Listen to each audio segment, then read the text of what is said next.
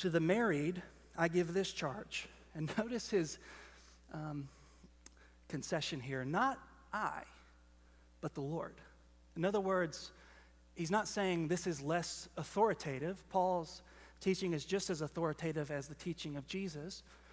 But what Paul is saying is Jesus has actually addressed this in the Gospels.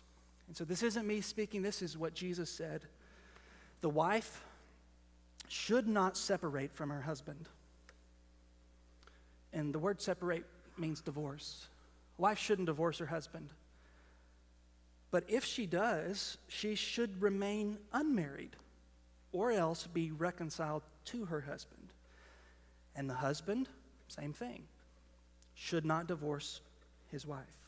Now that counsel would have made sparks fly in that culture, just like it makes sparks fly in this culture, which is why I think Paul says, take it up with Jesus, not me. He's the one that advocated this teaching, not me. Now let's think about why is Jesus giving this counsel.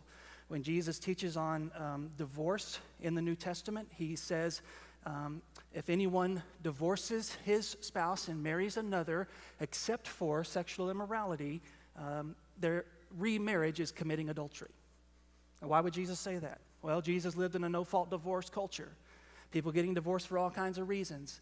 You got bored with your spouse, you get divorced. If your spouse cooked a bad thing of bacon and eggs, well, if you were Jewish, you didn't have bacon. But if they cooked a bad breakfast, you would, get divorced. You get divorced for all kinds of reasons.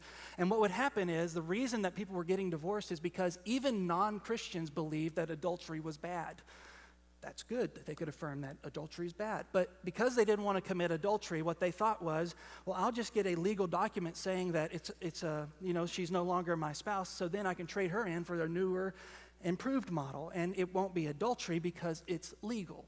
And what Jesus is saying and what Paul is saying into that no-fault divorce context where people are just getting remarried because they're bored, he says just because you have a piece of paper that says it's legal does not mean that that covenant of marriage has dissolved in the eyes of God. Just because it's legal doesn't make it moral. It doesn't make it right. In God's eyes, when you covenanted together with your husband, that covenant is not dissolved because you got bored. So don't just jump into something else because your marriage is a little difficult. In God's eyes, the reason he's so jealous for marriage, the reason that God hates divorce is not just because of what it does to the children. It's not just because of what it does to you as an individual. It's because of what it does to the gospel. God has chosen marriage, Ephesians chapter 5. God has chosen marriage to be the platform that he displays the relationship between Jesus Christ and the church. That Jesus loves his church even when they fail, even when they mess up, even when they're disloyal. The covenant love of God continues on and on and on. And God has chosen Christian marriage to display to the world, even when they don't keep their end of the bargain, I'm going to keep loving them. And when Christians just jump because of the most little thing of difficulty or because of some non-biblical ground, anything besides sexual immorality or adultery, then they damage what God is trying.